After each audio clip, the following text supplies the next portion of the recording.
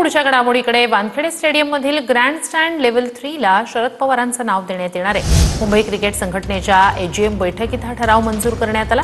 Grand stand level 4 ला अजित वाडेकर, विठ्ठल दिवे तर लेव्हल 3 ला रोहित शर्मा यांचं नाव दिलं जाणार आहे. एमसीए विश्वस्त मिलिंद नार्वेकर यांनी याबाबतचा ठराव मांडला तर एमसीए विश्वस्त जितेंद्र आव्हाड यांनी ठरावाला अनुमोदन दिलं. स्वर्गीय अमोल काळे यांच्या स्मरणार्थ एमसीए ऑफिस लाउंजला त्यांचं नाव दिलं जाणार आहे. Number 2 grand stand level 4 in name as Ajit Wadekar stand.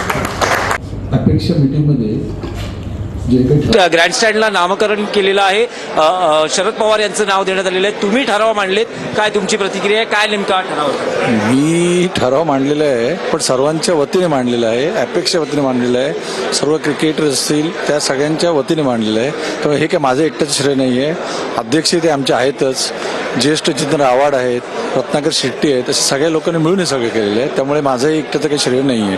मी सगळ्यांचं मिळून एक बोलणारा फक्त माणूस होतो. आणि एमसीएचे विश्वस्त जितेंद्र आव्हाड आहे. नाही, याच्यामध्ये नावं बघितली तर आपल्याला कळेल की योगदान कोण काय आहे. आपण अजित वाडेकर यांचं नाव देतोय. अजित वाडेकरांचं योगदान कदाचित नवीन पिढीला माहीत नसेल, पण मुंबई क्रिकेटचं सुवर्ण युग म्हटलं की अजित वाडेकरला मुंबई क्रिकेट विसरूच शकत नाही.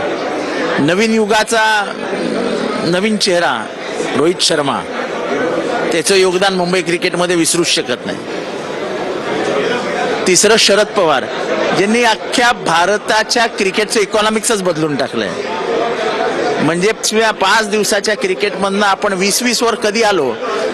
आणि नवीन घरातल्या नवीन पोरांना, गरिबीतल्या वाढलेल्या पोरांना देशभरातनं जी संधी मिळते त्याच्या मागचा त्याचा शिल्पकार कोण, तर त्याचे शिल्पकार शरद पवार आहेत. म्हणून त्यांचं एक नाव, हे 3 नावं झाल्यानंतर ज्यांचं एक चांगलं योगदान होतं, पण अल्पशा आजारामुळे त्यांचा मृत्यू अशी मोठा धक्का होता मुंबई क्रिकेटला, ते म्हणजे अमोल काळे, तर त्यांचं एक नाव देण्यात आलेलं आहे. मला वाटतं 3 योग्य नावांची निवड सगळ्यांनी मिळून केलेली आहे. आमचा काय विशेष हे नाही आहे.